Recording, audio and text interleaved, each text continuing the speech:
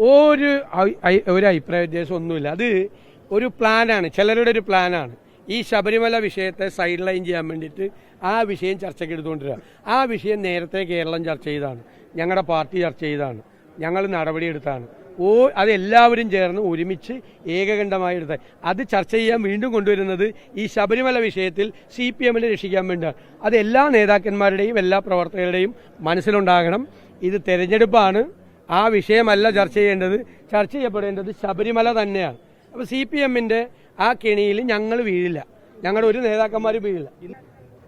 അതെനിക്കറിയില്ല. അതെ, ഞാൻ അതിനൊക്കെയുള്ള മറുപടി ഞാൻ പറഞ്ഞു, അതിനൊക്കെയുള്ള ഞാൻ മറുപടി പറഞ്ഞു. ഇനി എനിക്ക് വേറെ എന്തെങ്കിലും ഉണ്ടോ? അത് ശിവൻകുട്ടി എന്നുള്ളൊരു വ്യക്തിയായിട്ടുള്ളൊരു മന്ത്രിയുടെ നിലപാടല്ലല്ലോ, CPM-ന്റെ നിലപാടല്ലേ, മുഖ്യമന്ത്രി അറിഞ്ഞുകൊണ്ടുള്ള നിലപാടല്ലേ. PM ശ്രീയിൽ എന്താ ചെയ്ത്?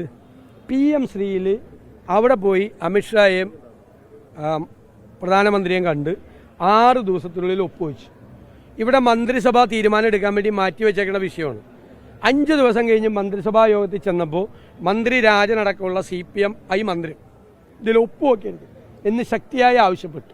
അപ്പോൾ ശിവൻകുട്ടിയും മുഖ്യമന്ത്രിയും ബഹുമാനപ്പെട്ട വിദ്യാഭ്യാസ മന്ത്രിയും ബഹുമാനപ്പെട്ട മുഖ്യമന്ത്രിയും മിണ്ടാതിരുന്നു.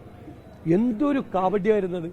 16-ാം തീയതി ഒപ്പുവെച്ചിട്ടേ 21-ാം തീയതി ഒന്ന് മന്ത്രിസഭാ യോഗത്തിലിരിക്കണം. ഒപ്പുവെച്ച കാര്യം കൂടെയുള്ള മന്ത്രിമാരോട് പറഞ്ഞില്ല. അതുപോലെ തന്നെയാണ് ശിവൻകുട്ടി 2022 പറഞ്ഞു, നമ്മളെല്ലാവരുമായിട്ട് ആലോചിച്ചിട്ട് ഈ കരട് വിജ്ഞാപനം തയ്യാറാക്കുള്ളൂ, എല്ലാ രാഷ്ട്രീയ പ്രസ്ഥാനങ്ങളോട് ട്രേഡ് യൂണിയനോട് സംസാരിക്കുന്നു. പക്ഷേ 2021 തന്നെ കരട് വിജ്ഞാപനം റെഡിയാക്കി വെച്ചേക്കുമായിരുന്നു. വീണ്ടും പറ്റിക്കുകയാണ്. പ്രതിപക്ഷം അറിഞ്ഞില്ല, അവരുടെ പാർട്ടി അറിഞ്ഞില്ല, ഘടകകക്ഷികൾ അറിഞ്ഞില്ല, മന്ത്രിസഭ അറിഞ്ഞില്ല.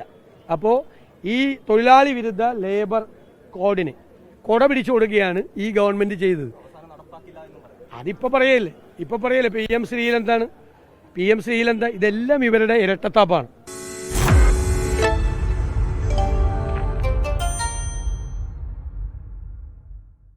ലോകത്തെവിടെയായാലും ഏത് സമയത്തും 24 വാർത്തകളും ഓഗ്മെന്റഡ് റിയാലിറ്റി പാക്കേജുകളും എക്സ്പ്ലെയിനറുകളും വിശദമായി കാണാൻ ഞങ്ങളുടെ YouTube ചാനൽ നിങ്ങൾക്ക് സബ്സ്ക്രൈബ് ചെയ്യാം.